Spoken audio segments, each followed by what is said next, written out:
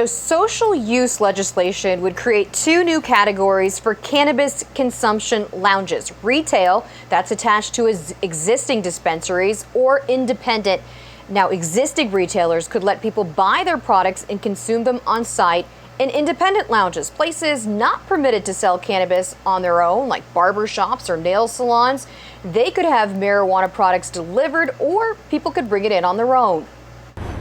In the shadow of the Strat, Oasis Cannabis Dispensary sees about 1,000 customers a day. We have been able to sell cannabis legally for a couple of years, but we haven't been able to offer a safe and legal place for people to consume cannabis. So for us, this is a game changer. General Manager Lisa Lawatch says since the day they opened the dispensary doors, they've been prepared to open others, renting adjoining space should consumption lounges ever become legal. So we do have 3 large suites put aside here. Lawatch says there is a huge demand. We have a ton of tourists that always ask us, where can I consume? And we have to obviously educate them that consuming out in public is illegal. Ever since the voters in Nevada legalized adult use cannabis, there's really been this problem of where can they consume? Assemblyman Steve Yeager, sponsor of Assembly Bill 341, says millions of tourists who legally buy at dispensaries have nowhere to go, and it's become a problem on the Strip.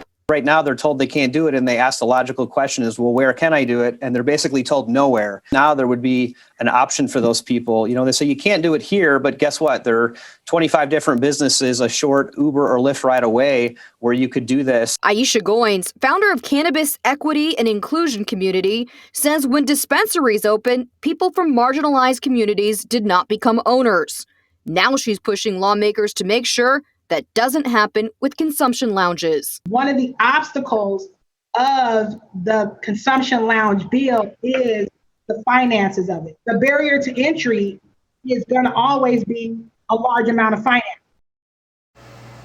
And a social equity piece has been added to the bill to give licensing preferences to people adversely impacted by past cannabis laws. The state's Cannabis Compliance Board would be responsible for regulating these facilities. One big question, though, does the state have the money to pay for consumption lounge regulation in its budget? We'll continue to follow it. For now, live at the Update Desk, Kim Passoff, Fox 5 News, local, Las Vegas.